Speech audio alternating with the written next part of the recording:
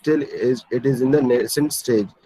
ठीक है, बहुत ना के बराबर आपके ये जो पब्लिक प्राइवेट पार्टनरशिप्स है हमारे यहाँ पे. So it shows that there is a lot of scope in this area. Okay, so nascent यानी खाली, यानी कुछ नहीं होना, still in the nascent stage, and there is a no success story under municipal solid waste management. और आपने कभी ऐसा सुना भी नहीं होगा कि म्युनिसिपल सॉलिड वेस्ट मैनेजमेंट के अंदर में कोई ऐसे बहुत सक्सेसफुल स्टोरी आ रही होगी. जो स्टोरी आपने सुना भी होगा तो आई गेस जो सबसे सामने बाहर में आया था वो आपके बीच क्लीनिंग जो था, आपका कोस्टल एरियाज जो क्लीनिंग है उसके रिगार्ड्स में आया था. वो भी आपका पिछले कुछ 1.5 या 2 साल में शुरू हुआ, जब ये प्लास्टिक का इशू सबसे ज्यादा सामने आया था. तो उसी में आपने ये बहुत बार सुना होगा कि एनएसएस हो या कोई एनजीओज हो, उनके हेल्प से हम लोग क्या करते हैं कि हम ड्राइव्स कर रहे हैं, या कोई भी अपना कॉर्पोरेट सोसाइटी है तो सीएसआर एक्टिविटी के अंदर में वो अपने कुछ मतलब अपने जो एम्प्लॉयज है उनके साथ में कहीं क्लीन अप का काम कर रहे हैं, स्वच्छता अभियान. अगर मैं सीधे से बोलूँ तो स्वच्छता अभियान जो तो हम अभी से नहीं, ये पहले से ही करते आ रहे हैं, बट लेकिन बहुत माइनर लेवल में हम इसको करते आ रहे हैं. कोई भी ऐसा मतलब आपको एक सक्सेस स्टोरी की भी आपको कहीं ऐसे मिसाल नहीं मिला होगा, बशर्ते ये शायद 2 या 3 साल में कुछ ऐसा हुआ है जो आपके कोस्टल एरियाज के क्लीन अप के बारे में बात किया गया. Okay, however many companies took municipal solid waste management challenges as a business. Just from the last lecture I'm telling you, this is a challenge for the business opportunity, and about 40 projects are running under PPE in India. Okay, हमें India की बात करता हूँ तो there are 40 projects which are running under this public private partnership. Okay, mode of a different segment, यानी क्या है different segment, यानी क्या है जो उसके फ्रेमवर्क उसको आप बाइफरकेट अगर कर दोगे तो क्या क्या रहता है उसमें, कलेक्शन होता है, उसमें सेग्रीगेशन होता है, उसमें आपका ट्रांसपोर्टेशन होता है, देन उसमें आपका डिस्पोजल आ जाएगा, ट्रीटमेंट आ जाएगा. So these are different segments. ठीक है, तो हर कंपनी उस अलग अलग कंपोनेंट्स में काम करेगा, उस अलग अलग सेगमेंट्स में काम करता है, या कोई ऐसी कंपनी होगी जो होल सेगमेंट को लेके काम करता है. So there are different segments, components. So some Indian companies involved in municipal solid waste management are. ठीक है, अब एक एक अगर हम देखेंगे तो कौन कौन से इंडिया में जो कंपनीज अवेलेबल है जो इसमें काम कर रहा है. Those are Zen Global Finance, but for what? For RDF, refuse derived fuel, इसके लिए काम करता है. ESSEL Infra, it is working for the whole management. आपका म्युनिसिपल सॉलिड वेस्ट मैनेजमेंट जितना भी कंपोनेंट आएगा सब लिए वो काम कर रहा है. एनकेम इंजीनियर्स एलटीडी, तो ये किस पे काम कर रहा है, आपका biomethanisation in collaboration with Austria. Okay, the next is the future fuel engineers. So this is basically Indian company. तो इंडियन कंपनी जहाँ भी आ जाता है उसमें एलटीडी आपका प्राइवेट लिमिटेड आ ही जाता है. और अदरवाइज जो आपका एमएनसी कंपनीज है एसोसिएटेड विद इन इंडिया, तो एक नॉर्मल नाम रहता है उसमें. बाइफरकेशन में आपको ध्यान में रख सकते हो आप. So this is working for the biodigestion or in collaboration with the ECOTEC. You can see this is the associated with Finland. Okay. Then next is the global environmental engineers. Then biodigestion, and it is in association with the PAQES. And again you can see this is in association with Netherlands. Okay. The next is the Hansa Biotech. Again, it is completely for Municipal Solid Waste Corporation. So Thermex LTD incineration plant. Thermax India में अच्छा खासा नाम है आपका. ये generally आपके incineration के लिए ही इसको हम लोग यूज करते हैं. Now this is ACWA UK. Okay, again which is using for a thermal processes, चाहे वो इंसिनरेशन हो, बायोलिसिस हो, ये उसके लिए यूज में कितने आप ये देख सकते हो कि मतलब फॉरेन कंट्री से भी मतलब इन्वेस्ट किया गया है इस पर्टिकुलर टास्क के लिए, म्युनिसिपल सॉलिड वेस्ट के लिए. Then Excel industry, it is used for composting. Aerial power India is used for sanitary landfilling. SELCO international limited, again it is used for RDF, TIFCAP and DST. Then Ramkey, it is used for a waste management service. and some international companies working in India market in municipal solid waste sector. As you can see, EISU, UK, Nilman, Nielsen, and so many things are there. TBW, BTA, German companies, Australia companies. So you can see there's a lot of scope on this particular aspect. Okay. So if again I'm telling you, if somebody have an interest, if somebody want to do something in the municipal solid waste, so if you have your own setup, or you can have your own setup startup, so you may start your this as a business point of view. Okay, so a lot of scope is there. So next is the contribution of rack pickers in the solid waste management in India. In last lecture only I have just given the introduction about this rack pickers का क्या role है. ठीक है, वो क्या करते हैं हम, इसका ड्रॉबैक भी हमने देखा था किसमें, जब हम लोग सेग्रीगेशन पार्ट देख रहे थे तो उसमें भी हमने ड्रॉबैक देखा था. हमने जब कलेक्शन देखा उसमें भी हमने ड्रॉबैक देखा था.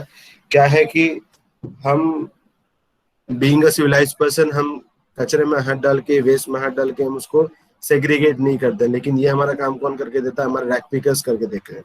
लेकिन रैक पिकर्स भी क्या करते हैं कि उनको इकोनॉमिकल पॉइंट ऑफ व्यू से क्या रिक्वायर्ड है, जो उनको रेवेन्यू जनरेट करा के दे सकता है, तो वो उसी के लिए भी काम करते हैं. लेकिन जो बाकी के जो वेस्टेज हैं उसके लिए वो भी उतना बॉदर नहीं करते, क्योंकि उनको उससे कोई लेना देना नहीं है. उनको जहां से उनका रेवेन्यू जमा होगा बस वही वो कलेक्ट करेगा. So what is the role of rag pickers in solid waste management?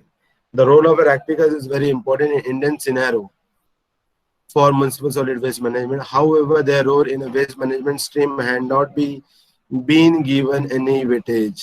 आप देखो इंडियन कंडीशन में इनका म्युनिसिपल सॉलिड वेस्ट वालों का, सॉरी रैक पिकर्स का म्युनिसिपल सॉलिड वेस्ट मैनेजमेंट में बहुत बड़ा रोल है, क्योंकि वो वेस्ट को अपना अलग अलग सेग्रीगेट करके देता है. लेकिन उनको जो वेटेज मिलना चाहिए, उनको जो उनके डेली वेजेस के हिसाब से उनको मिलना चाहिए, पैसा मिलना चाहिए, वो उनको अवेलेबल नहीं हो पाता है. So that's a drawback of there. They move from one community bin to open dump landfill site in search of recyclable items. वो क्या करते हैं, आपके कम्युनिटी से कम्युनिटी इधर उधर घूमते रहेंगे, या आपके डंप साइट में जाएंगे, लैंडफिल साइट में जाएंगे, और वहां से क्या इकट्ठा करेंगे, विच कैन बी रिसाइकेबल. तो which can be recyclable in the sense of paper, plastic, tin etcetera. तो यही चीजें ज्यादा से ज्यादा हम रिसाइकल करते हैं, paper, plastic, tin etcetera. That can be sold to a scrap merchant. आपको स्क्रैप मर्चेंट भी मालूम होगा, यानी कबाड़ा वाला. दोज आर नोन एज कबाड़ा वाला, कबाड़ी वाला.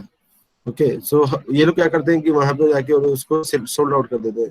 ठीक है, to enable this urban poor to generate income, तो सो दैट उनको उनका कुछ तो इनकम जनरेट हो पाएगा. लेकिन again there is no association of these rack pickers, nobody is taking care of the rack pickers. तो उनको जो इनकम जमा होना भी चाहिए उनके पास में, तो वो नहीं हो पाता है.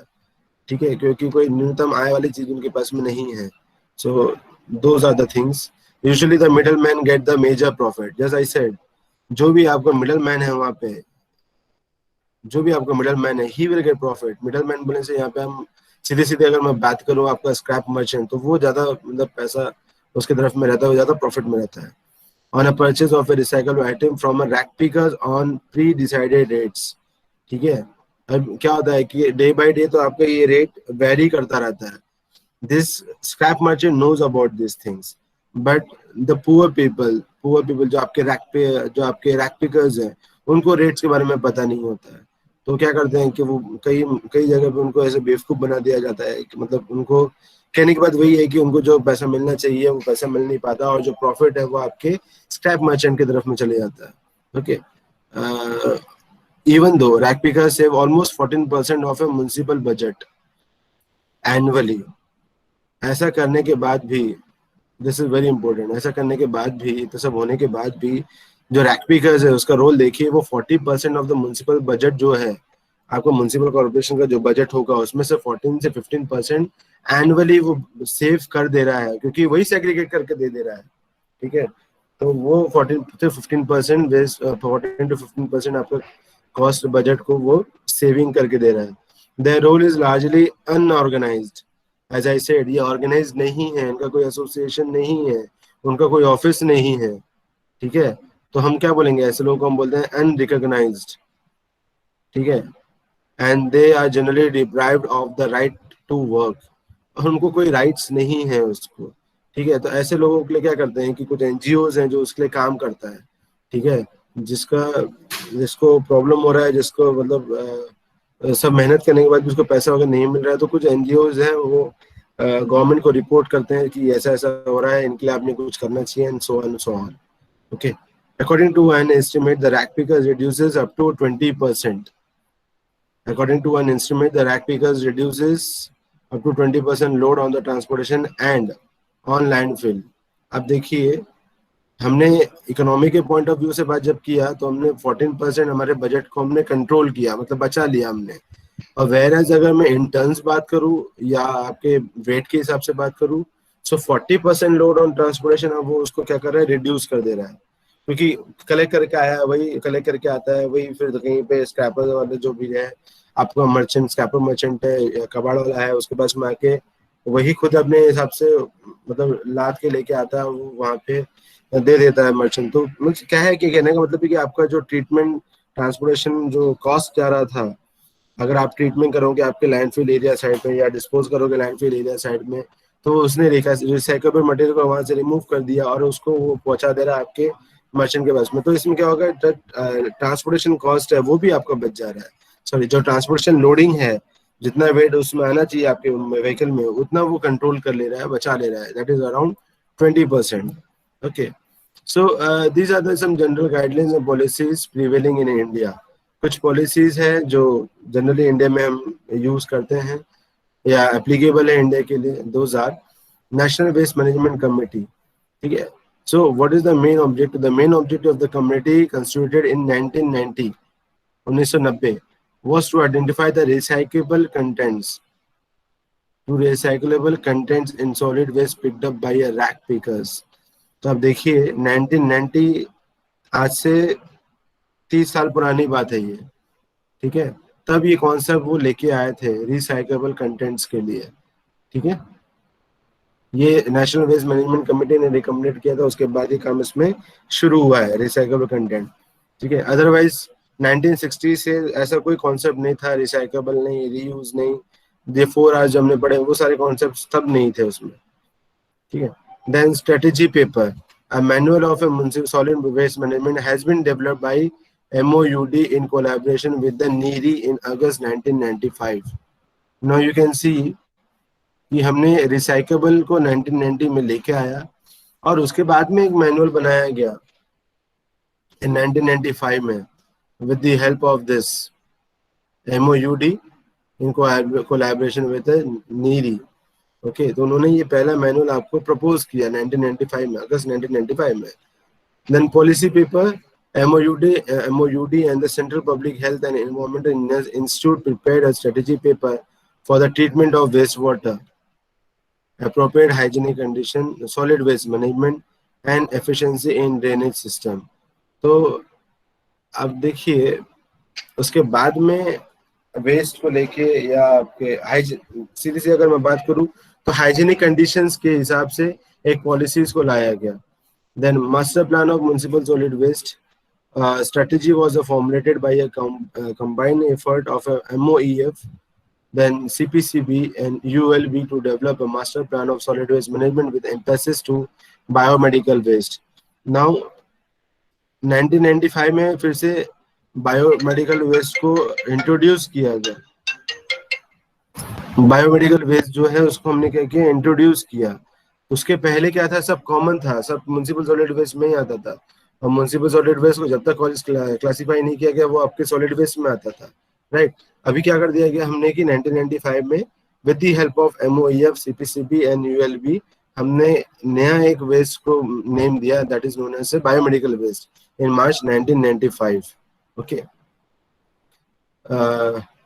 high powered committee in 1995, a high powered committee constituted under a chairmanship of a Dr. Bajaj to encompass a large term strategy for the solid waste management using appropriate technology। यानी ट्रीटमेंट किस तरह से हमें करना चाहिए, हमें किस तरह से हमारे वेस्ट को यूज करना चाहिए उसके बारे में बताया गया था, ठीक है। So this is India solid waste management rules after 16 years। New rules announced on 5th April 2016, ठीक है, हम वहां पे बात कर रहे हैं आपके 90 तक का, 90 से जो शुरू हुआ।